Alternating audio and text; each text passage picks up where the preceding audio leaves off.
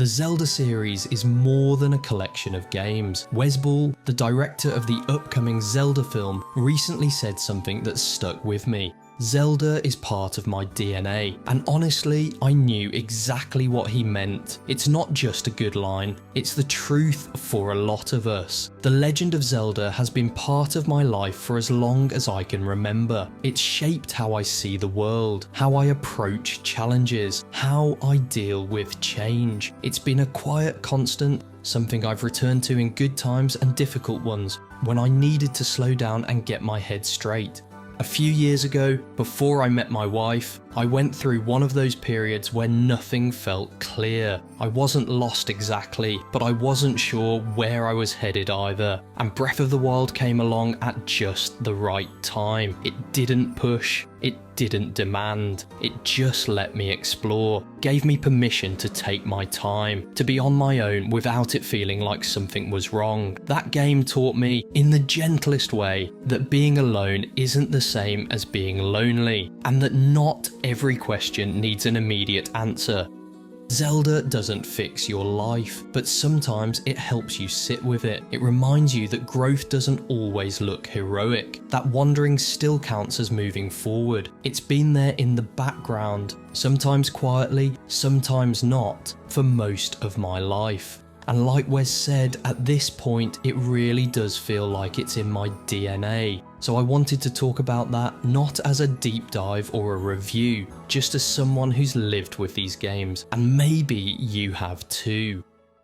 So much of life is about moving forward when you don't feel ready, and that's something Zelda has always understood. There's this quiet assumption in the Zelda games that you'll just get on with it. No one sits you down and tells you you're the chosen one. You don't get a pep talk. Most of the time, you're just handed a sword and pointed toward the nearest problem. When I was younger, I didn't really think of myself as brave. I didn't like public speaking. I avoided conflict. I'd overthink everything. But then there was this game where a kid with no special powers just left home because he had to. Not because he knew what was coming, just because it was the right thing to do. That stuck with me.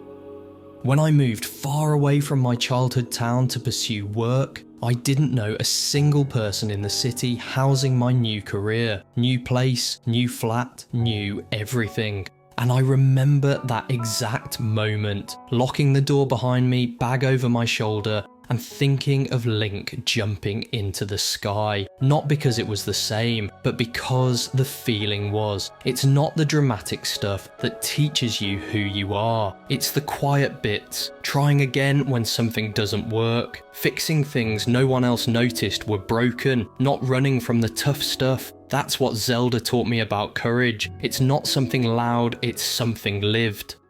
But moving forward comes with a cost. And Zelda's never been afraid to show what time can take from you. Zelda doesn't romanticize time, it shows you what it gives and what it takes. I was a kid when I first played Ocarina of Time. Like everyone, I was excited to pull the Master Sword, to see what it meant to become adult Link. It felt like progress, like you were stepping into something bigger. But then you walk out into the marketplace, everything's broken, the music's gone, the sky looks heavier, there's this wind howling behind the Temple of Time, and suddenly it hits differently. Maybe not all at once, but as the game goes on, as you visit places you remember and realise they're not the same, you start to feel it, the weight of time, the cost of growing up. It's something I felt even more on later playthroughs, years down the line. When I'd gone through my own version of that gap, childhood to adulthood, the people you lose, the things that change without warning, the parts of yourself you forget for a while. The Zelda series didn't rush you to feel all that, but it planted the seed and it's stayed with me ever since. You can help one person, but it might mean letting someone else down. You never get to save everyone. There's not always enough time. Someone once told me that they can't give me the formula for success, but they can give me the formula for failure, and that's try to please everybody. That's something real life shows you eventually. Zelda just got there first. Zelda games taught me to pay attention to time, not in a calendar sense, but in a human one. The little windows we get to be with people, to do something that matters, to sit in a moment and actually feel it, because eventually everything moves on, even you. And when time does move on, sometimes you're left with the quiet, just you and whatever's still standing. That's where the Zelda series really changed me.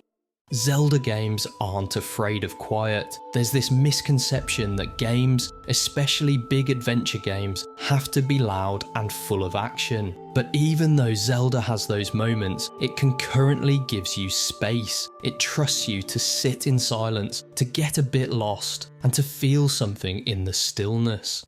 You spend a lot of time alone in these games, not just between dungeons, but emotionally. Characters fade in and out. Worlds that once felt full become abandoned. People forget who you are, which is still the weirdest part of Tears of the Kingdom, but sometimes we forget too. And that kind of solitude, it felt familiar. I played Breath of the Wild during a stretch of time when I was on my own. I wasn't unhappy, but I was untethered. I wasn't sure where I was heading next, personally or professionally. There was a pressure, like I should be figuring everything out, finding someone, moving forward, settling down. But that game didn't ask me to do any of that. It just said, here's a world, go and walk through it, and don't rush.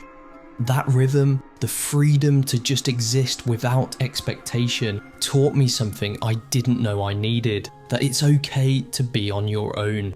That quiet isn't failure, that there's strength in taking your time. Zelda helped me realise I didn't have to force anything, that the right relationships, the right path, they'd come when they were meant to, and in the meantime I could just breathe, because once you know who you are on your own, you can start to understand what you're meant to carry. You're never really asked if you want the adventure, you just wake up and it's already waiting for you. That felt true in real life too. There are moments, growing up, starting jobs, facing things you're not ready for, when you realise no one's going to hand you a script. There's no perfect moment where everything clicks and you feel ready. You just go, you just start.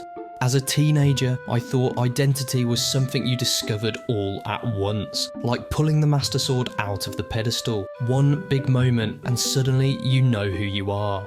But it's not like that. It's slower, messier. In life, just like in Zelda, identity is something you build piece by piece through choices, through mistakes, through the things you fight for even when no one's watching. And if you're lucky, the things you carry start to ripple outward. They outlive you. The Zelda series has been part of my life for decades now. Not constantly, not every day, but always there, always within reach. It's one of the few things that stayed with me through every version of myself. Childhood, uni, uncertainty, moving out, moving on, meeting the person I'd end up marrying. And the thing is, I'm not special for feeling this way. Loads of people do, because this series has managed something very few achieve. It doesn't just tell stories, it finds its way into yours. Zelda doesn't just live in the cartridge or the console, it lives in the spaces between. The comfort it gave when things were uncertain, the sense of momentum when you needed to start again, the moments where it reminded you that taking your time is still moving forward. Wes Ball said it's part of his DNA, and for me, it truly is too. Not because of one big memory, but because of 100 small ones. The things it taught me when I needed it most. The person I've slowly become because of it. And if you've made it this far, I guess it's part of your DNA too. We each have our own story, our own Hyrule, our own first steps. Our own reasons for carrying the legend forward, and no matter where the road leads next, to new lands or enjoying old memories, one truth remains. The Zelda series lives in us, and it always will. If this video has resonated with you or you've enjoyed any part of it, please help me out and hit that subscribe button. It truly does support the channel. Thanks, have a good one and catch you next time.